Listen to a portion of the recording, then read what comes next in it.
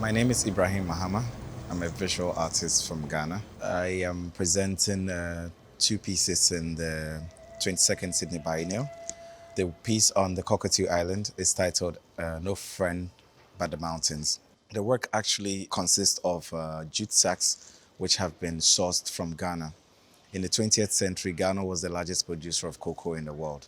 So a lot of the infrastructure that was built in the mid 20th century in Ghana was actually built with money that was generated out of the sale of cocoa. Of course, within that period, Ghana had gained independence. So the idea was to create social infrastructures that was supposed to lead to this kind of economic independence and liberation. In the mid 1960s, there was a coup d'etat in Ghana, which somehow slowed a lot of things down. So I have generally been interested in materials and specific histories that somehow take us back to that point, and also looking at new possibilities in terms of new aesthetics and new experiences. So these sacks are not actually produced in Ghana. They are generally produced in India and in Bangladesh. And in Ghana, when they are imported, they're actually used for the bagging of cocoa beans from the farms to the ports, which are then offloaded into containers which sail off to Europe and other places. But I'm generally interested in the inequalities which are somehow embedded within the production of these commodities and how they are consumed around the world. Over time, I think that we can all agree that there are remnants of residues that are left within the objects that we used or things that are used for transportation.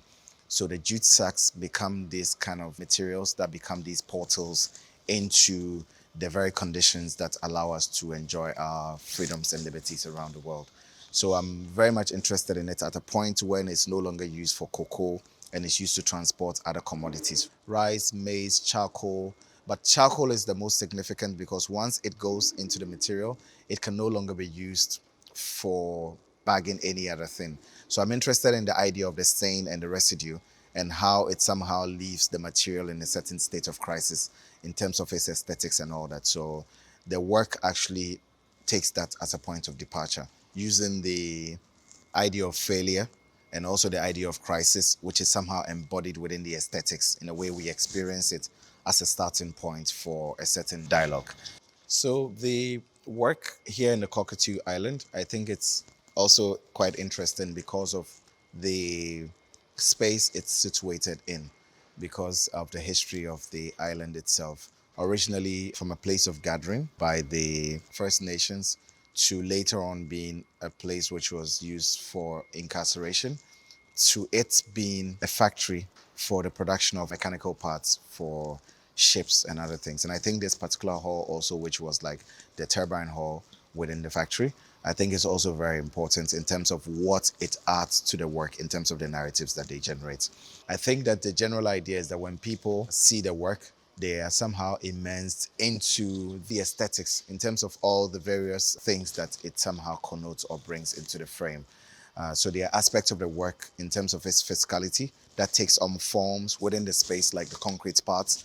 There are parts of it that come into like the floor where the audience stands. So actually people can actually stand on the material, touch it, smell it. There are birds that inhabit the space. So they also leave all kinds of stains and residues on it. So the point is that because the material is so mundane and so common, it should somehow allow us to somehow be able to find some kind of commonality within our condition. In my work in Ghana, it's always been socially motivated. So a lot of this work actually is as a result of a series of exchanges which happens in market spaces where we collect new materials and we exchange them for these old materials, acknowledging the significance and the value embedded within this, the tradition of this material, no matter the transition that it's been through. And also, a lot of the collaborators that we work with are people who move from rural areas to the city to find all kinds of work to do. And I think it's very important in terms of how we really acknowledge the labor forms that goes into all these production systems and all that. So for me, it's very important. So when I was invited to respond to the idea of NIRIM, I thought it was really important to be able to present works that somehow reflected on some of the original ideas that I work with in Ghana.